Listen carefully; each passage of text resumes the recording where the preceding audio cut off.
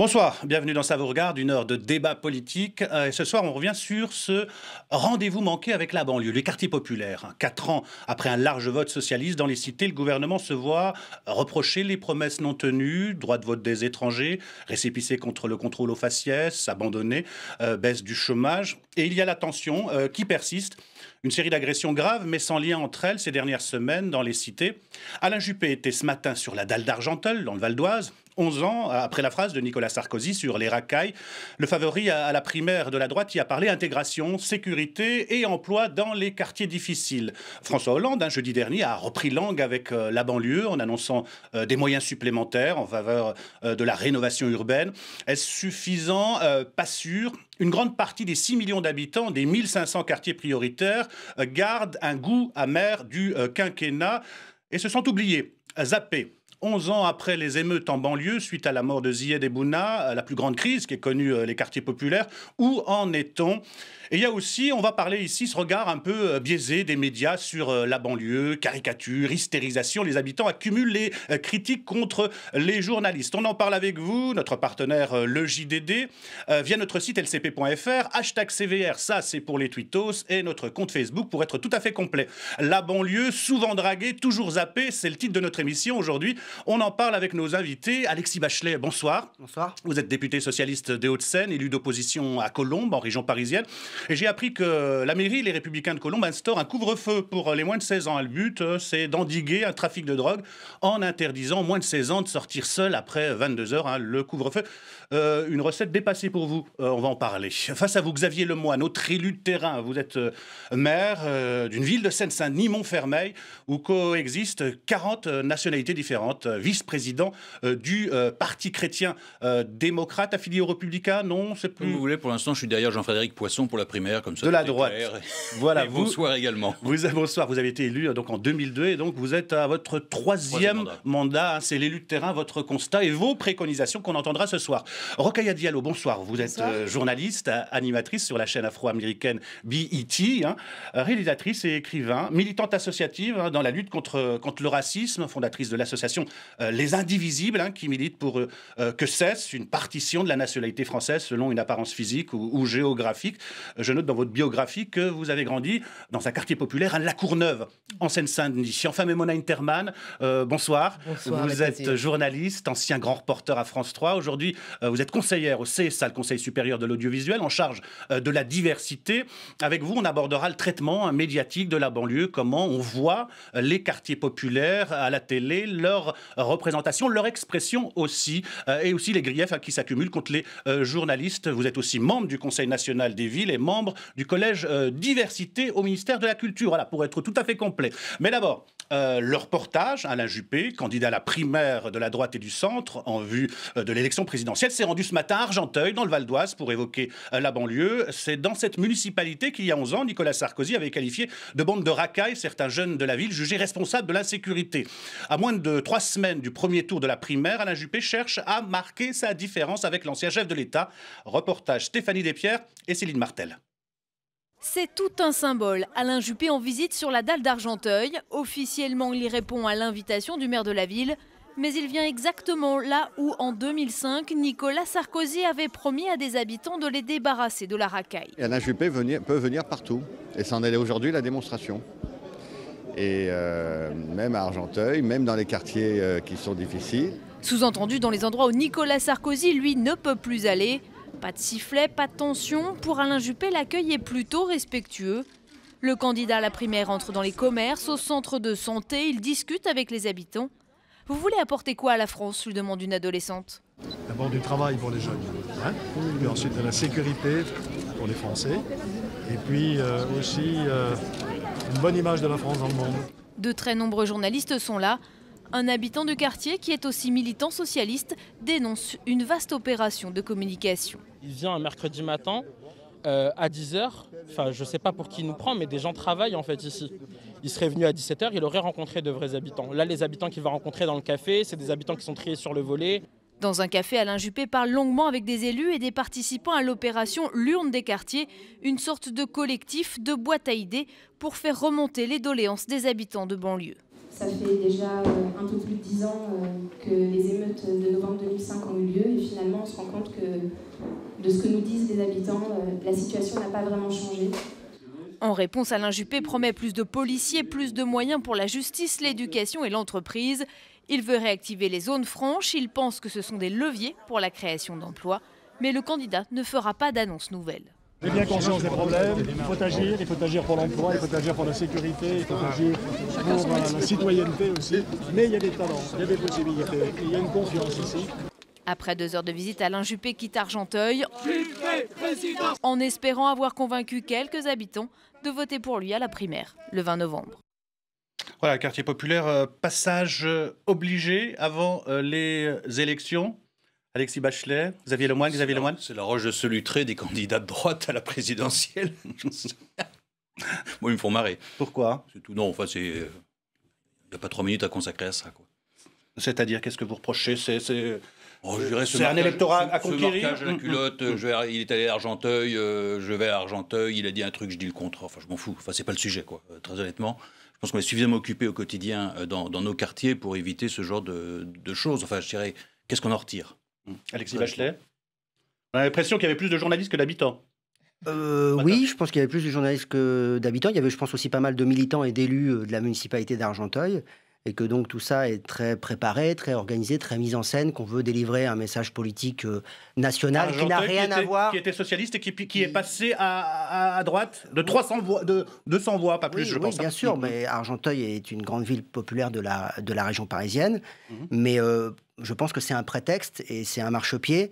Je pense que dans ce qu'a dit Alain Juppé, il n'y a rien qui concerne la vie des gens à Argenteuil et qu'on est uniquement dans ce que j'appelle une forme de politique spectacle et que je dénonce parce que la banlieue est toujours le dindon de la farce de toutes ces mises en scène, et que ce soit la droite ou la gauche d'ailleurs, il y a eu toujours les mêmes mises en scène, quasiment les mêmes mots, quasiment les mêmes postures, et au final, effectivement, ça ne génère que de la déception et que même de l'amertume, parce que on peut laisser supposer aux gens qu'une fois aux responsabilités, tel ou tel homme politique va prendre les problèmes à bras-le-corps, et le constat, c'est que c'est rarement le cas, et je pense qu'Alain Juppé générera exactement le même type de déception que ses prédécesseurs. Rokhaya Diallo, on voit les habitants des quartiers populaires qui se sentent un peu oubliés. On entendait une jeune fille qui disait, depuis les émeutes de 2005, rien n'a changé. Le sentiment que ça peut donner, c'est que certaines personnes semblent s'intéresser à la banlieue qu'à quelques mois des élections. Et moi, ce que je peux déplorer, c'est une forme d'instrumentalisation de territoire qui a besoin d'autre chose que d'une attention médiatique, mais vraiment de politique publique favorable favorable à ses habitants. Et aujourd'hui, quand j'entends M. Poniatowski expliquer aux caméras que M. Juppé peut se promener sans être insulté par les habitants, alors que 10 ans plus tôt, Nicolas Sarkozy avait traité ces mêmes habitants de racailles, on est vraiment dans une forme de dialogue dont la banlieue finalement n'est que le terrain de... Enfin voilà, la banlieue a l'air d'être le terrain de jeu de joutes politiques qui finalement ne concernent pas les habitants, qui n'étaient même pas là, puisque, comme le dit un habitant, à 10h le matin, la plupart des gens qui sont professionnels ne sont pas présents. Donc on a des ados, effectivement, des gens peut-être qui sont au chômage, et puis des militants de l'UMP qui viennent soutenir le représentant qui le soutiennent pour la primaire de droite. Opération de communication, Maïmouna Interman, ou c'est le jeu? Peut-être. Mais contrairement à vous, moi je trouve ça très bien qu'on parle de la banlieue. On a 6 mois. 6 mois pour parler de la France dans sa pluralité et sa diversité. Et moi je dirais aux jeunes, allez vous inscrire sur les listes électorales. Votez pour le candidat qui vous respectera, qui apportera des remèdes, des solutions, pas miracles, pour qu'enfin ce pays reconnaisse qu'il est multiple, que c'est plus le pays des années 80. Donc soyons absolument opportunistes, venez en banlieue, parlons de la banlieue, votons pour celui, celle, je ne sais pas qui pourra apporter des réponses à cette question prioritaire, c'est comment refaire en sorte que ce pays soit uni. C'est un sujet primordial. Alors, on va parler du fond. Hein. On est d'accord là-dessus. Enfin, je pense que le sujet est important, mais il ne se traite pas de cette manière-là. Oui, bien sûr. Alors sur le fond, on a l'impression qu'il y a un rendez-vous manqué de François Hollande avec la banlieue. Pourtant, la politique du gouvernement n'a pas été indigne. Hein. L'effort de rénovation urbaine s'est poursuivi dans la continuité initiée par Jean-Louis Borloo en 2004. L'éducation prioritaire dans les quartiers difficiles a été renforcée. Les zones de sécurité prioritaires ont été créées. Pourtant, on a l'impression que ça ne suffit pas. Sur les zones prioritaires liées à la sécurité, oui, il ne faut pas oublier que c'est comme le service après-vente de la police, c'est la justice. Et que là, on a un vrai souci, il y a un vrai sujet. Bien. Donc les juges font avec ce qu'ils ont comme loi, mais selon, je dirais, les juridictions, on n'a pas forcément les mêmes résultats et les mêmes effets. Donc tout le malaise de la police vient, me semble-t-il, en partie de ce que le service après-vente n'est pas nécessairement toujours à la hauteur. Voilà. Sur les zones d'éducation prioritaire, très honnêtement, j'estime, moi, que le ministère de l'Intérieur est le ministère régalien qui s'est le plus réformé dans sa pratique dans les quartiers. En revanche, j'estime que l'éducation nationale est peut-être l'un de ceux qui s'est le moins réformé dans sa pratique au quotidien. Voilà. Et que la souplesse pédagogique dont on a absolument besoin dans nos quartiers n'est pas au rendez-vous et qu'on a plutôt essayé d'ajouter, je dirais, des réparateurs ou des formes de réparation en ajoutant des dispositifs, alors que c'est vraiment dans la classe que les choses doivent se faire. On ne fait pas la classe au Vésinet comme on l'a fait à Clichy, à Montfermeil ou à Argenteuil ou à Sarcelles. Et donc là, il y a un progrès. Sur la rénovation urbaine, vous avez raison de le dire, sauf qu'elle s'est quand même, elle ne s'est pas accélérée, elle ne s'est pas accentuée, et les crédits ont été en nette diminution. Et tant qu'on n'a pas redonné dignité et fierté à travers le cadre de vie, toutes les politiques sociales d'accompagnement qu'on essaye de lancer derrière, elles ont peu de chances de produire des effets. Donc là, il n'aurait pas fallu mollir. On va développer ça au cours de l'émission. Alexis Bachelet, vous défendez le bilan du gouvernement ? Je le défends. Concernant les quartiers. Je le défends quand il y a des choses positives, notamment effectivement la poursuite de la rénovation urbaine, qui est absolument indispensable, mais pas suffisant. Donc effectivement, quand il y a eu aussi des efforts faits pour la scolarisation des enfants de moins de 3 ans, plus de maîtres que de classe, avec des postes fléchés, en particulier dans les zones d'éducation prioritaire, je m'en suis félicité, alors qu'effectivement, dans la période précédente, on avait plutôt eu des nombres d'enfants par classe qui augmentaient, des classes qui fermaient, parce qu'effectivement, il y avait eu des suppressions de postes. Sur la sécurité, il y a eu aussi ces zones prioritaires de sécurité qui ont parfois permis d'améliorer, de pacifier certaines situations. Mais c'est vrai que je fais partie des gens qui sont globalement insatisfaits.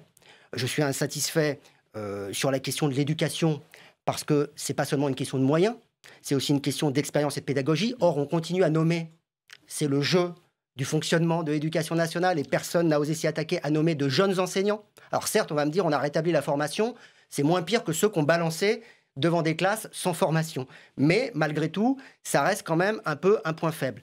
Sur la relation police-justice, je pense qu'il y a eu de timides avancées avec le rétablissement du matricule, un code de la déontologie du policier. Mais c'est vrai qu'en refusant d'aller sur la question du récépissé et du rétablissement de la confiance entre les populations qui sont les plus massivement contrôlées, il faut aussi lui dire cette réalité, et l'institution, on s'est arrêté au milieu du chemin. Aujourd'hui, il y aurait eu des innovations, des initiatives à poursuivre. D'ailleurs, c'était un engagement du président de la République, et je regrette que de ce point de vue-là, on n'ait pas été suffisamment audacieux. Et d'une manière générale, ce que je regrette, même si on a essayé, en réformant la politique de la ville, de reconcentrer les moyens dans une géographie prioritaire qui prenait en compte de nouveaux critères, je pense qu'on est resté à budget constant et surtout à vision constante. Et on a une vision, de ce point de vue-là, qui pour moi est beaucoup trop institutionnelle et qui ne s'appuie pas suffisamment sur les acteurs de terrain, que ce soit les associations, qui font un travail remarquable, que ce soit effectivement aussi dans l'éducation nationale, dans la police, des gens qui essayent de... Et on est beaucoup trop dans une logique descendante, verticale, alors qu'il faudrait faire remonter des choses du terrain. Et c'est aussi ça que nous disent les acteurs de nos quartiers. Ils nous disent, écoutez-nous, travaillez avec nous. Et ils regrettent effectivement que des gouvernements de gauche, ou des municipalités aussi, de droite comme de gauche, tournent le dos à ces énergies, à ces initiatives citoyennes. Alors on ne va pas faire dans la petite phrase, pour reprendre votre mot, mais Alain Juppé vous laisse démarquer de Nicolas Sarkozy, qui était sur la dalle d'Argenteuil 11 ans plus tôt. Regardez, on réagit juste après. Vous en avez assez, hein? Vous avez assez de cette bande de racailles. On va vous en débarrasser. Voilà. Est-ce que Nicolas Sarkozy n'a pas créé une polarisation L'ancien président a eu un discours perçu comme un discours d'hostilité par les habitants des banlieues, ce qui les a amenés à se mobiliser contre lui au cours de ces 15 dernières années. Est-ce que ça change maintenant? Est-ce que la droite, elle peut reconquérir les banlieues? En tout cas, c'est difficile pour Nicolas Sarkozy, qui a été perçu comme vraiment quelqu'un qui enflammait le discours avec non seulement cette phrase sur les racailles, mais aussi, vous avez mentionné le fait que j'ai vécu toute mon adolescence à La Courneuve. C'est là-bas qu'il a déclaré qu'il voulait nettoyer la cité des 4000 au Karcher. Donc les habitants, évidemment, les habitants de ces quartiers populaires qui se sont sentis injuriés, en fait, et de manière continue, pendant tout le mandat de Nicolas Sarkozy, n'ont pas une sympathie particulière pour une personne qui a été perçue comme comme clivant en fait une partie de la population française contre des habitants qui sont perçus comme les responsables de leurs propres problèmes, alors qu'ils sont enfermés dans des problèmes qui sont des problèmes économiques, des problèmes sociaux, des problèmes d'enclavement également, et puis des problèmes de reconnaissance en tant que citoyen français à part entière, parce que ça c'est aussi une partie du discours de Nicolas Sarkozy qui visait un amalgame entre les questions identitaires, les questions économiques et les questions sociales, en enfermant finalement l'image de la personne de banlieue. Donc il y a cette figure du jeune de banlieue, comme s'il n'y avait pas de personnes âgées en banlieue. Il y a des gens qui sont âgés, qui ont des problèmes de retraite, qui ont des problèmes de minimum vieillesse, comme partout en France. Il y a des gens qui sont des enfants également. Des familles. Donc c'est ça, voilà, c'est ça. Ce sont des foyers qui ont des problèmes en fait absolument identiques à ceux de tous les Français. Et finalement, on a réduit la figure du banlieusard à un jeune à casquette ou à capuche qui avait pour seul but dans la vie de provoquer la peur en fait chez ses concitoyens français. Et ça, pour moi, c'est quelque chose qui a été creusé, non pas seulement pendant les 5 ans de mandat de Nicolas Sarkozy, mais pendant les 5 ans qui précédaient, où il était ministre de l'Intérieur. D'accord. Mais Monique Terman, dans les médias, lorsqu'on parle des quartiers populaires, c'est surtout pour parler délinquance, trafic de drogue, radicalisation. Il y a de ça, mais moi je peux vous assurer que depuis 3 ans et demi que je suis au CSA, je mène une action vraiment constante, pas toute seule, grâce à l'appui décisif du président du CSA, grâce à l'appui de tout ce collège, pour que toutes les images qui contreviennent justement au respect, à la dignité, soient visées, enquêtées et ensuite qu'une sanction soit appliquée. Alors le problème, c'est que justement, l'arsenal juridique dont dispose le CSA est assez lacunaire. Si on veut vraiment changer dans ce domaine-là, il faut que le Parlement se décide à nous donner de véritables pouvoirs. Pourquoi ? Parce que sinon, comment imposer des sanctions à des télévisions et à des radios s'il n'y a pas la base juridique ? Il y aura des procès au Conseil d'État, on va perdre les procès. J'ajoute qu'il y a une loi citoyenneté et égalité qui est en discussion, qui reviendra au Parlement. La loi a été sabrée. Elle est en discussion au Sénat en ce moment. Elle a été sabrée au Sénat parce qu'il y a eu des lobbies très puissants. Appelons un chat un chat. J'attends que la loi revienne à l'Assemblée nationale. Monsieur le député. Quel lobby de quel lobby vous parlez ? Écoutez, vous savez très bien que c'est une industrie comme une autre, l'industrie de l'audiovisuel. Je ne peux pas aller au-delà de ce que je suis en train de vous dire. Déjà, je vous ai dit beaucoup de choses pour un membre du CSA. Là pour se Donc, parler. si vous voulez que je reste au CSA, il ne faut pas que j'en dise davantage. Mais je peux vous assurer que je compte sur les... Comment c'est terrifiant ? Ce n'est pas terrifiant. Si vous voulez donner des pouvoirs à une institution comme le CSA pour que les chaînes de télévision et de radio se sentent obligés de respecter la société telle qu'elle est, alors il faut que les députés nous donnent le pouvoir. Et le CSA, dans son rapport annuel au Parlement, l'a écrit noir sur blanc. Le président du CSA a même renforcé ce que moi, personnellement, j'aurais mis. Donc, on ne peut pas aller au-delà de ce que la loi nous demande de faire. Voilà, tout simplement. À vous, monsieur le député. Vous avez raison, mais en même temps, il y a une limite à ce que vous dites. C'est que... Il y a toujours des limites dans la vie. Il y a le traitement, le prisme médiatique qui va toujours aller sur, effectivement, les mêmes images, voitures brûlées, jeunes à casquette, toujours la stigmatisation, toujours parler des problèmes. Nous sommes d'accord, il y a des médecins, des ingénieurs, des policiers. Alors que nous qui vivons en banlieue et qui sommes élus de ces territoires, nous savons combien ce sont des lieux de créativité, d'innovation, de gens motivés, dynamiques, qui ont envie de construire leur vie et de construire celle de leurs enfants, comme toutes les familles françaises. Mais vous savez, il y a banlieue et banlieue. Moi, je viens de l'île de la Réunion, monsieur, excusez-moi, parce que la pauvreté, la banlieue, ça je connais, j'en viens, c'est mon histoire. La faim, FAIM, je sais ce que c'est. Donc, sur ces sujets-là, je sais très bien qu'il y a des citoyens tout à fait désireux d'avoir leur place et leur mot exige justement d'être simplement traité avec égalité. Et je me déplace très souvent dans des écoles, des lycées, des associations. Ces jeunes, qu'ils soient noirs comme vous, Rokhaya, qu'ils soient de votre couleur, qu'ils soient arabes ou kabyles, etc., ils se fichent de leurs origines. Ils veulent juste travailler et exister. Donc, monsieur le député, faites en sorte que le CSA dispose dorénavant de textes de loi lui permettant de dire aux télé et aux radios, écoutez, ça suffit, maintenant, on va prendre des indicateurs, on va mesurer les programmes et on va voir si vous agissez d'une façon civique ou pas. C'est votre boulot, c'est pas mon boulot, mais ça. Attendez, laissez-moi juste mon raisonnement. C'était de dire que les médias sont des émetteurs. Le problème, c'est le discours qui est tenu. Et le fait que depuis effectivement une grosse dizaine d'années, ça a commencé effectivement à partir de 2002-2003, on a une volonté de certains hommes politiques d'utiliser la banlieue comme un épouvantail pour mobiliser électoralement d'autres populations qui n'y vivent pas dans ces quartiers. Et comme on diabolise les quartiers, on en montre toujours les côtés négatifs. Et moi, j'en ai un exemple dans ma commune encore, vous en parliez. Il y a des problèmes d'insécurité comme dans beaucoup de quartiers. On va en parler. Qu'est-ce que le maire trouve comme idée, solution magique? Le couvre-feu. On va parler. Qu'est-ce que ça veut dire? Ça veut dire le quartier sont un feu à sang, ce qui est totalement faux. Et ça stigmatise encore plus l'image de la banlieue. Et c'est les maires, parfois des maires eux-mêmes, qui tire, j'ai supprimé une balle dans le pied des habitants en alimentant ces fantasmes et cette image négative contre laquelle nous devons lutter. Voilà. Il y a quand même une réalité de terrain et la violence, ces dernières semaines en Ile-de-France, elles ont quand même marqué les esprits, suscité la colère des policiers, un bus de la RATP incendié à la Courneuve, guet-apens tendu à des pompiers et à la police dans la cité du Val-Fouré, à Mantes-la-Jolie, attaque au cocktail Molotov contre un lycée à Tremblay en France, en Seine-Saint-Denis, et surtout 2 policiers grièvement brûlés après avoir été piégés dans leur voiture à Viry-Châtillon, dans l'Essonne.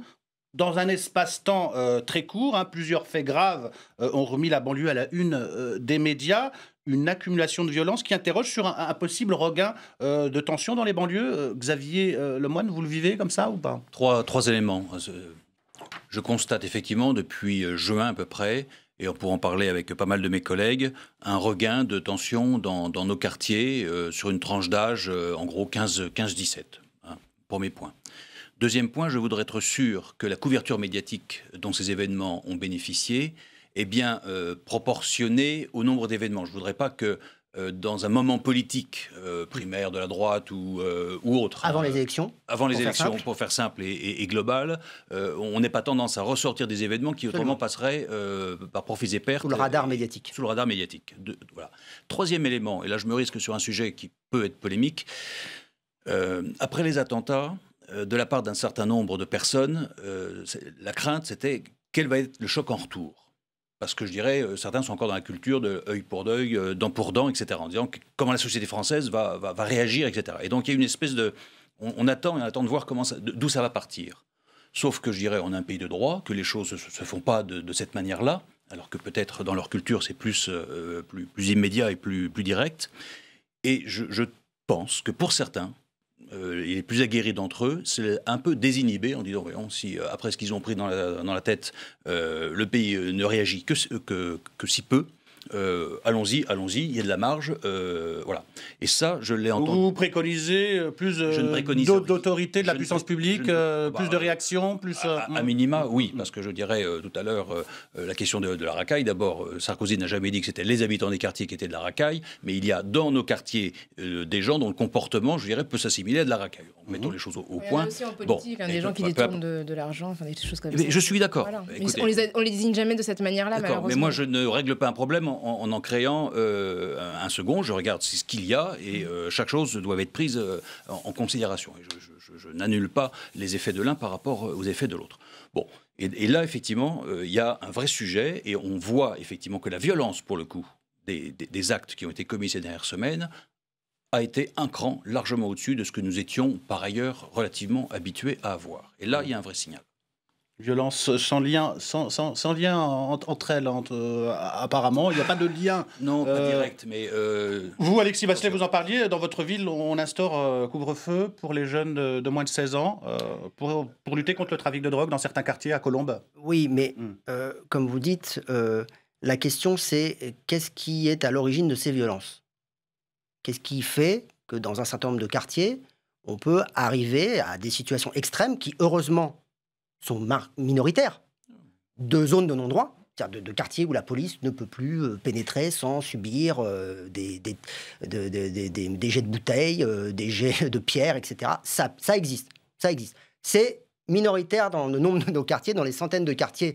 Heureusement, c'est minoritaire. Mais ça existe et effectivement, on est là sur un point dur. Mais dans ces cas-là, clairement, ce qu'il y a derrière, c'est quand même des bandes organisées. Et une bande organisée qui tient un quartier, c'est parce qu'il y a du trafic.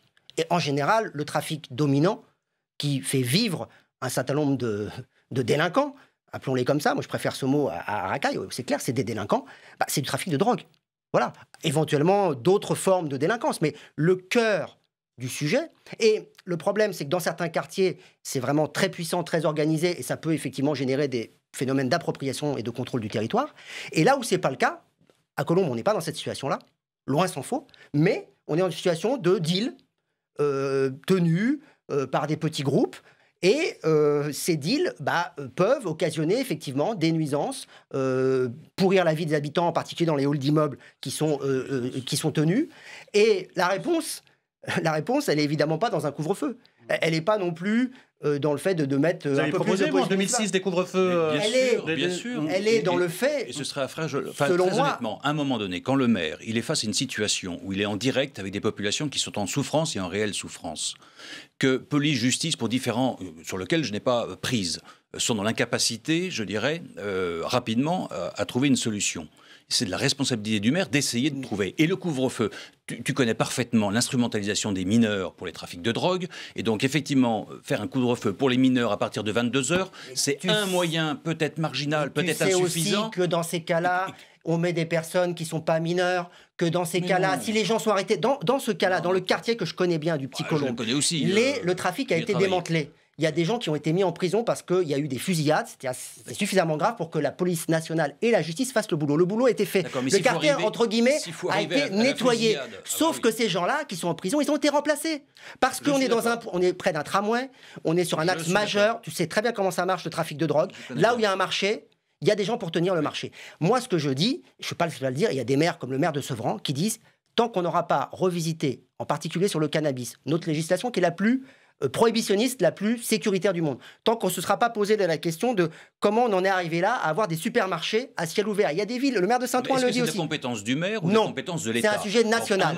Et moi je dis que les maires sont dépassés sur ces sujets-là parce que l'État ne prend pas ses responsabilités et qu'on ferme les yeux sur le fait qu'on est dans une situation qui favorise le trafic et la tenue du trafic par des délinquants alors qu'on pourrait organiser les choses autrement. Les maires qui, à un moment donné, seuls, face à des situations qui deviennent ingérables, prennent les moyens que la loi leur donne, qui sont très nettement insuffisants peut-être, contestables, je veux bien. Mais en réalité, dans le cas d'espèce, ça ne marchera pas. Moi, je suis dans ces quartiers, j'y ai été. Il y a même des gens, j'étais encore samedi. Ça peut désorganiser. J'entends encore samedi dans un des deux quartiers. Les gens me disaient, les habitants n'étaient même pas au courant qu'il y avait un couvre-feu. Alors, voilà. Messieurs, il y a la violence des jeunes dans les cités et il y a les violences policières. Les bavures, réelles ou supposées. Adama Traoré, c'est un drame qui illustre les fortes tensions entre les forces de l'ordre et les jeunes des quartiers populaires. Adama Traoré, 24 ans, est décédé le 19 juillet dernier dans une caserne de gendarmerie de Beaumont-sur-Oise, juste après son interpellation. 3 mois après, son décès reste toujours inexpliqué. Sa famille a porté plainte pour violence volontaire. Une enquête est en cours. Tout à l'heure, aux questions au gouvernement, le député Pouria Amirchahi a interpellé le ministre de l'Intérieur sur ce drame. On écoute et on réagit juste après. Adama Traoré est mort le 19 juillet dernier, le jour de son 24e anniversaire, dans la cour de la brigade de gendarmerie de Persan. La lutte contre l'impunité doit concerner tout le monde, Monsieur le Premier ministre, y compris et peut-être surtout ceux et celles qui sont dépositaires d'une parcelle de pouvoir et de l'autorité. Je ne peux plus accepter, je vous le dis, sans énervement et avec la plus grande franchise. C'est la mise en cause permanente, à longueur de semaine, du travail fait par les forces de l'ordre, sans que jamais il n'y ait un mot pour ces policiers qui portent l'uniforme, qui assurent la protection de lieux de culte, qui assurent la protection des Français et qui sont aujourd'hui, pour un certain nombre d'entre eux, dans des hôpitaux. À chaque fois, monsieur le député, qu'il y a des sujets du type de ceux que vous évoquez, l'inspection générale de la police nationale et de la gendarmerie nationale sont saisies. Et à chaque fois que des tragédies se produisent et qu'il y a des violences, nous faisons en sorte que la vérité soit rétablie. Et c'est l'honneur aussi de la police et du ministère de l'Intérieur que de le faire.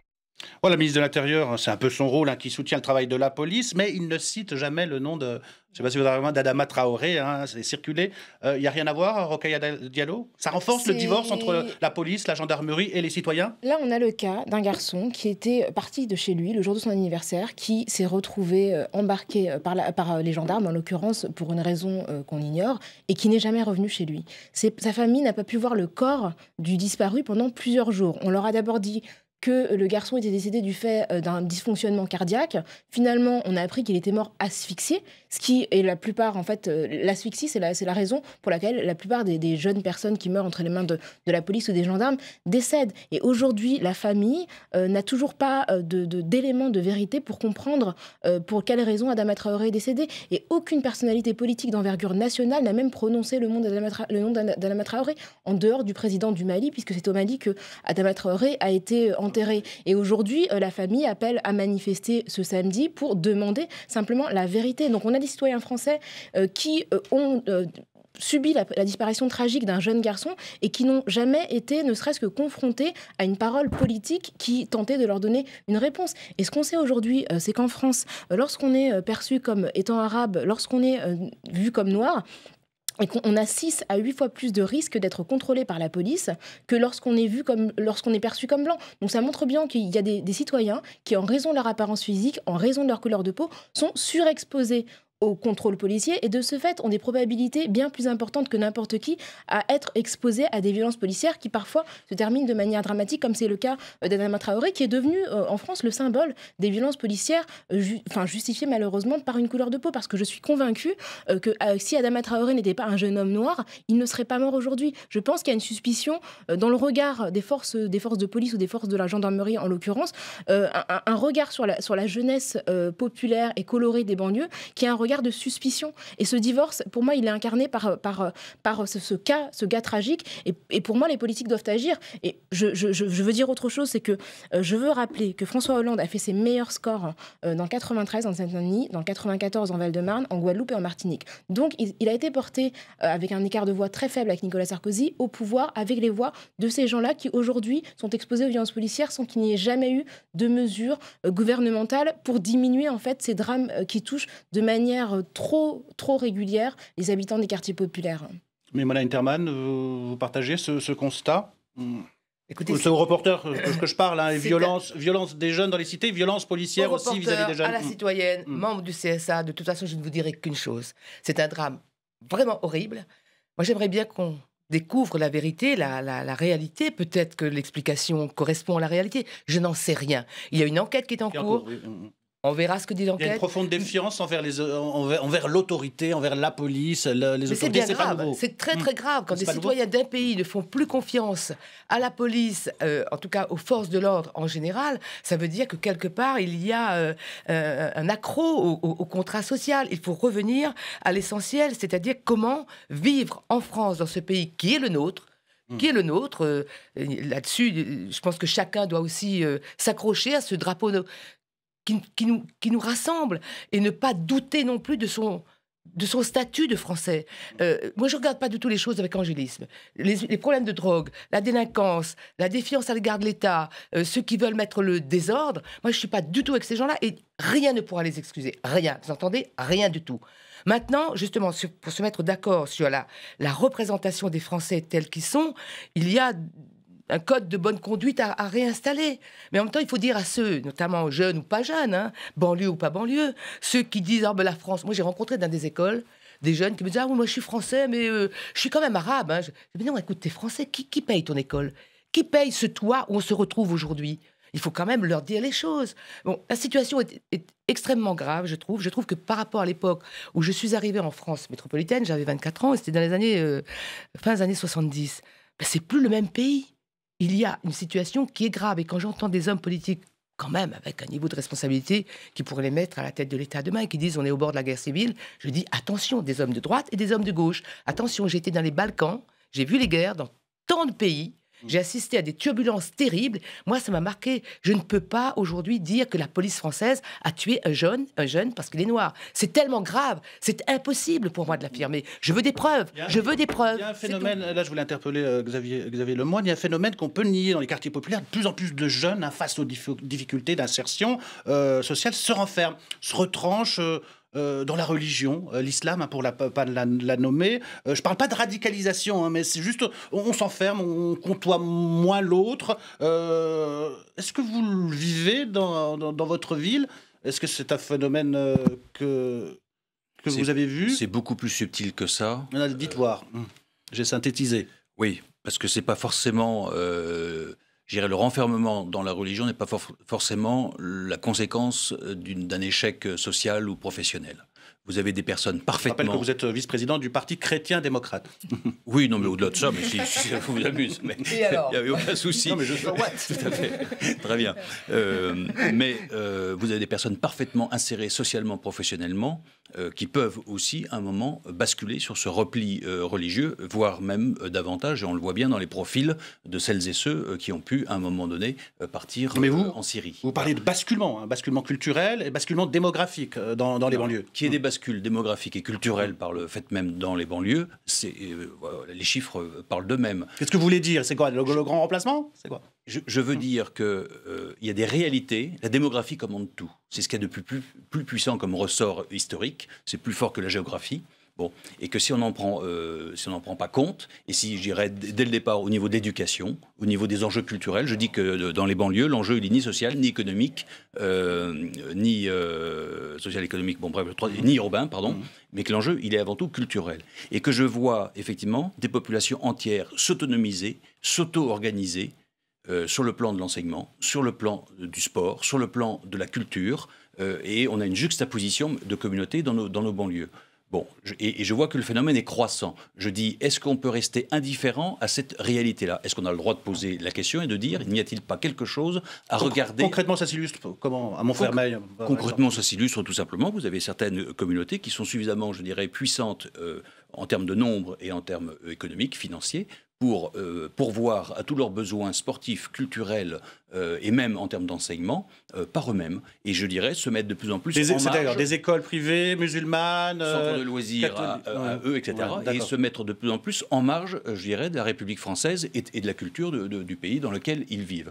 Je prends souvent cet exemple-là qu'on me conteste souvent, mais je voudrais juste aller jusqu'au bout. Lorsque, dans le cadre de la réussite éducative, j'adresse des jeunes à des orthophonistes, parce qu'il y a des problèmes d'apprentissage du français, et que les orthophonistes immédiatement me les renvoient en disant, monsieur le maire, le sujet n'est pas qu'ils aient besoin d'un orthophoniste, le sujet est qu'en dehors de l'école, ils n'entendent absolument pas parler le français. Alors je ne dis pas, il ne faut pas parler la langue d'origine à la maison, ce serait stupide. Mais à un moment donné, surtout à l'heure du plurilinguisme. On appelle les jeunes à pratiquer mais si vous plusieurs n'avez langues. pas la maîtrise de la langue française, vous n'avez pas la maîtrise des codes, vous n'avez pas la maîtrise de la société, et ensuite on peut toujours se lamenter sur le chômage des jeunes. C'est pas une question de savoir-faire, c'est une question de savoir-être. Le savoir-être, il passe à travers la langue. Également. Donc je souhaite seulement qu'on puisse regarder ces choses-là avant que la difficulté grossisse à un point qu'on se retrouve devant une réelle... Ce réflexe identitaire, vous le voyez? Est-ce que ça existe? Un échec de la politique d'intégration dans les quartiers populaires? Si vous voulez... Je m'en remets à la religion parce que l'enfer c'est les autres. Si on veut illustrer la crise de confiance de certains concitoyens français envers les institutions, la démocratie, l'état de droit, la justice, la police, nos valeurs républicaines. Quelque part, je me désole de la réponse de Bernard Cazeneuve, parce qu'au fond, il affiche sur la mort d'Adama Traoré. Moi, je me dis, quelque part, depuis Ziad Ebouna, on n'avance pas, quoi. On est encore dans cette culture du déni par rapport à Adama Traoré. Et moi, ce qui m'a le plus choqué, c'est que j'aurais voulu de l'Intérieur de défendre les siens, de défendre la police. Mais écoutez, moi, j'étais d'accord avec la première partie de son propos. Il est ministre de l'Intérieur, il défend son institution. Mais j'aurais voulu, dans la deuxième partie du propos, qu'il ait une pensée pour la famille de ce jeune, Adama Traoré, qui dise qu'en France, en 2016, c'est pas acceptable qu'un jeune de 24 ans meure dans une gendarmerie ou un commissariat sans que la famille sache les circonstances de ce décès, sans qu'on ait la vérité, sans qu'on soit dans le déni, sans qu'on soit immédiatement dans le refuge de l'institution et se contenter de dire IGPN, il y a une enquête qui est en cours. Non, ça serait d'autres personnes, ça serait quelqu'un de jeune, habitant, fils d'un tel ou d'un tel, probablement que le traitement ne serait pas le même. Donc, c'est pas acceptable aujourd'hui qu'on ait le sentiment que certains sont traités comme des citoyens de seconde zone. Et en disant ça, je soutiens la police dont je connais le travail, je sais que c'est pas facile, mais rien ne doit empêcher la vérité d'éclater, même si ça peut, parfois, effectivement, éclabousser telle ou telle institution. Mais si on veut que tous les Français, quelle que soit leur origine, quel que soit leur quartier d'origine, quel que soit leur code culturel d'origine, adhèrent à nos valeurs républicaines et à ces institutions, il faut que le traitement soit équitable. Il faut qu'elles aient le sentiment d'être pris au sérieux. Et pas qu'à un moment donné, l'institution essaye de se protéger par rapport à une certaine vérité qui dérange. Rokhaya Diallo, vous voulez réagir? Est-ce que réagir au propos de Xavier Lemoyne? Est-ce que vous la voyez, cette communautarisation dans les quartiers? Oui, la communautarisation, elle se fait par le haut. C'est-à-dire qu'à un moment donné, moi, le fait qu'on s'en prenne à des populations qui sont minoritaires, qui ont moins d'argent que la moyenne, qui ont moins de pouvoir que la moyenne, et de supposer qu'elles ont le pouvoir de s'organiser de manière complètement autonome, je pense que c'est un fantasme. La réalité, c'est que moi, ce que je trouve intéressant quand même, c'est que c'est en 2004, lorsqu'on a décidé par la voie de la loi qu'il était interdit pour les jeunes filles musulmanes musulmane qui portaient le foulard d'aller à l'école. C'est à partir de ce moment-là qu'on a commencé à avoir des écoles musulmanes en France. Donc c'est le fruit, c'est l'impact d'une loi qui a finalement exclu une partie des élèves de l'école qu'une partie de la communauté musulmane a décidé d'organiser la scolarisation des jeunes filles qui ne pouvaient plus aller à l'école. Et ces écoles, effectivement, se sont développées en 10-12 ans, mais autrefois, ça n'existait pas. Donc moi, je pense qu'il faut aussi regarder de quelle manière, parfois, la République rejette une partie de sa population et la pousse à s'organiser de son côté. Par ailleurs, la question de la culture et du plurilinguisme, je ne suis pas certaine que le fait de parler sa langue d'origine à la maison fait qu'on n'est jamais exposé par ailleurs à la langue française. Moi, je sais pas. Moi, je pense qu'il y a. On ne conteste pas l'usage de la langue maternelle à la maison. Mais ce que vous dites, c'est qu'ils n'entendent jamais parler le français en dehors de l'école. Enfin, moi, je sais pas. Les jeunes, oui. Ils ont YouTube. Enfin, moi, j'ai jamais vu de vidéos YouTube en arabe. Enfin, généralement, c'est quand même, c'est en français. Les vidéos qui sont produites en France, elles sont produites en langue française. Les jeunes sont sur les réseaux sociaux, ils tweetent en français. Alors parfois il y a des fautes d'orthographe, ils tweetent mal, mais ils ne tweetent. Voilà, parfois il y a des. Et là, c'est socialement souvent. Voilà, c'est assez indifférent. Mais j'ai quand même l'impression qu'il y a quand même une exposition à la langue française. Mais Mona Interman. Je vais vous donner un petit cas d'espèce. Chez nous, à l'île de la Réunion, dans ma génération, on a parlé créole jusqu'à 17, 18 ans, jusqu'à ce qu'on ait un boulot. Et vous parlez bien le français aujourd'hui. J'essaye, c'est une langue très compliquée. Mais c'est indispensable que tous ces jeunes qui, comme vous, comme moi, comme vous, viennent d'ailleurs ou ont des racines d'ailleurs, on a des racines d'ailleurs, que nous maîtrisions le français. C'est indispensable. Les autres langues après, d'abord le français, c'est un lien de cohésion sociale. Donc faisons tout pour que ces jeunes disposent du verbe être et du verbe avoir.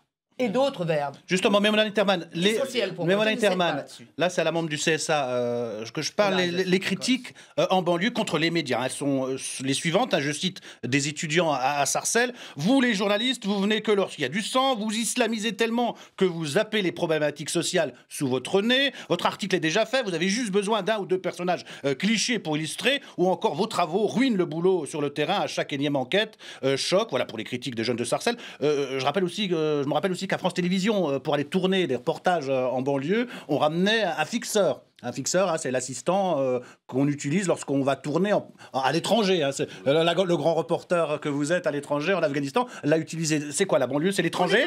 Qu'on ait besoin de ce qu'on appelle un fixeur, qui est un terme américain. Pour vous trouver des contacts sur place, pas de problème. Mais si c'est quelqu'un... Mais un fixeur en France? Un fixeur en France pour vous protéger parce que vous n'avez pas le droit de rencontrer tel ou tel, voilà qui montre à quel point nos télévisions auraient dû, depuis très longtemps, et nos radios d'ailleurs, disposer de journalistes, de gens de toutes sortes de professions, respirant la réalité sociale, culturelle, etc., du pays dans son ensemble. Et on ne serait peut-être pas retrouvé face à ces situations-là. Alors, autre volet, on n'en a pas parlé concernant les quartiers populaires, la rénovation urbaine avec ses façades ravalées, ses espaces aménagés. Et il y a ces ascenseurs en panne de façon récurrente dans les grands ensembles de banlieue, une galère au quotidien pour les occupants, notamment les plus fragiles.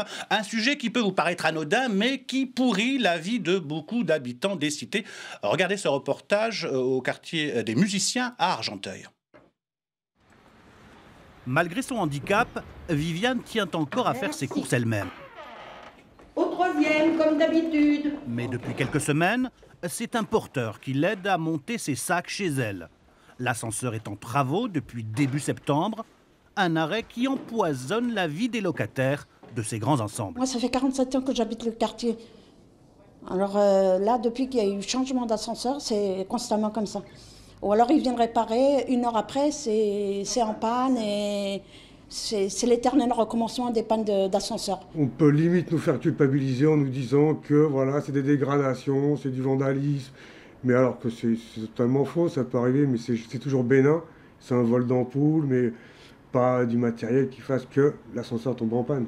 Au quartier des Musiciens, à Argenteuil, l'exaspération monte d'autant plus que 5 ascenseurs ont été arrêtés en même temps pour cause de rénovation. Et un autre est en panne depuis le mois de mai. Val d'Oise Habitat, le bailleur, met en cause la faillite d'un fournisseur de pièces détachées ainsi que le vol.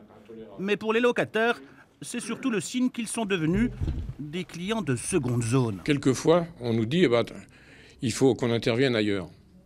Donc ça veut dire qu'il y a des gens qui sont plus prioritaires que les locataires. Alors évidemment, c'est du ressenti. Je ne peux pas vous apporter la preuve noir sur blanc. Bobigny, en Seine-Saint-Denis. Ici aussi, comme dans beaucoup de grands ensembles, les problèmes d'ascenseur sont récurrents. L'autre matin, moi, je suis parti de chez moi, j'ai vu qu'il fonctionnait, mais je ne l'ai pas pris. Parce qu'on appréhende la panne. Des responsables d'associations de locataires de plusieurs communes du département ont décidé de se mobiliser ensemble. Au sein du collectif Passons-nous, ils tentent de fédérer les mécontents. Mais surtout, ils réfléchissent avec un avocat à la possibilité d'une action de groupe en justice. Et c'est pour pouvoir attaquer les bailleurs et pour pouvoir faire en sorte qu'ils puissent avoir des astreintes s'ils ne réparent pas les ascenseurs. Pour nous, c'est très important en fait de ne pas s'en remettre uniquement qu'à l'appréciation du président d'un office ou d'un bailleur, mais vraiment d'essayer d'avoir d'autres leviers. Et le levier, à mon avis, du porte-monnaie, c'est le bon. En attendant, à Argenteuil, au quartier des musiciens, on vient encore de prolonger de quelques jours la date de remise en service de 3 des 5 ascenseurs. Mais les locataires connaissent la musique. Voilà, les locataires connaissent la musique. Les locataires HLM dans les quartiers, des clients de seconde zone. Non, on ne peut pas dire ça. Maintenant, les bailleurs... C'est quoi? Il y a de l'incivilité ou alors on ne s'intéresse pas à ces locataires? Ils ne sont pas prioritaires, comme on le voit dans le reportage. La question des ascenseurs est techniquement très compliquée, pour un tas de raisons, mais ce n'est pas le sujet. Ces petites choses qui peuvent paraître minimes, c'est le prélude à des dégradations beaucoup plus importantes sur les résidences qui sont concernées par ce genre de panne. Deuxièmement, les institutions, au sens large du terme, leur crédibilité, elles tiennent dans les petites choses. Un ascenseur qui marche, bien crédible, collectivement. Un ascenseur qui dysfonctionne, c'est collectivement le discrédit des institutions.